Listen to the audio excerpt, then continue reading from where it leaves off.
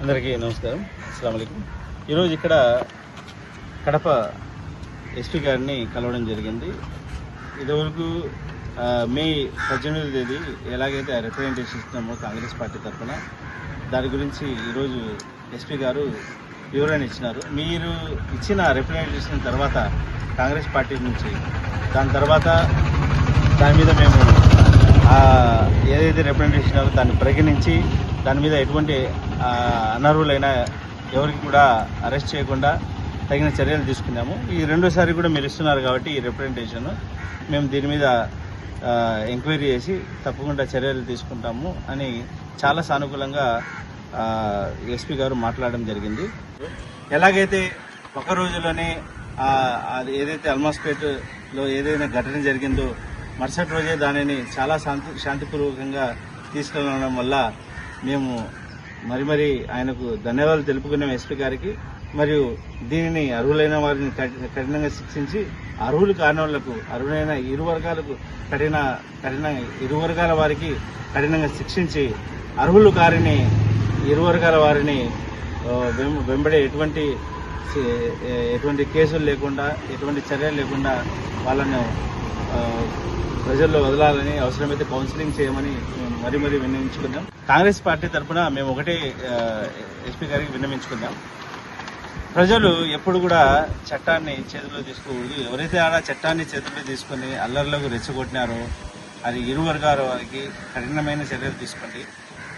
అదే సమయంలో ఎవరైతే అమాయకులు విద్యార్థులు మైనర్లు ఎవరైతే ఉన్నారో తెలిసి తెలియక ఆడేం జరుగుతుందో అని వెళ్ళినారు కొందరు. అలా జరిగినప్పుడు వాళ్ళకు అరెస్టులు ఏమైనా అయితే వాళ్ళు ఎవరైనా పొరపాటుగా అరెస్ట్ అయితే వాళ్ళని వెంబడే వాళ్ళ మీద ఎటువంటి చర్యలు కేసులు లేకుండా వాళ్ళను వెంబడే పరిగణల నుంచి తీసేయాలని చెప్పడం జరిగింది. అదేవిధంగా మేము చేస్తున్నాము, అదేవిధంగానే మేము వెళ్తున్నామని కూడా చెప్పడం జరిగింది ఎస్పీ గారు. ఇంకో విషయం ఇక్కడ ఏం చెప్పడం జరిగిందంటే ఎలాగైతే ఎస్పీ గారు కూడా చెప్తున్నారు, మేము కూడా చెప్తున్నాం, ఏదైతే ఎక్కడైతే పోలీసులు ఉండారో వాళ్ళ బాధ్యత ఏదైతే ఉందో శాంతి భద్రతలను కాపాడడం, ఆ ఊరు ఆ పల్లె ఆ నగరం ఆ పట్టణాన్ని శాంతిపూర్వకంగా తీసుకొని వెళ్ళడం అనే బాధ్యత వాళ్ళ మీద ఉంది. కాబట్టి ప్రజలందరూ సహకరించాలా.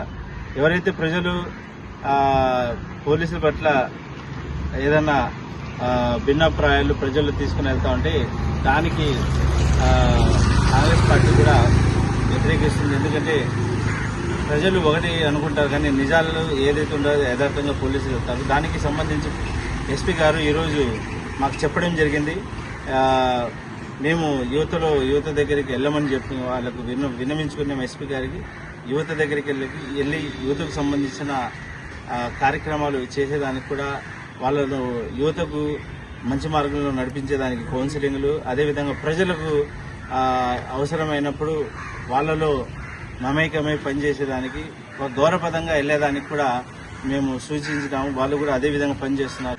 ఈ రెండు రిప్రజెంటేషన్ కూడా పరిశీలించి దీని మీద ఎంక్వైరీ చేసి ముందుకు వెళ్తామని ఎస్పీ గారు మరీ తెలుపుతున్నారు. ఇదే విధంగా కాంగ్రెస్ పార్టీ ప్రజల కోసం ఎల్లప్పుడూ ఉంటుందని తెలుపుకుంటూ జై హింద్, జై కాంగ్రెస్.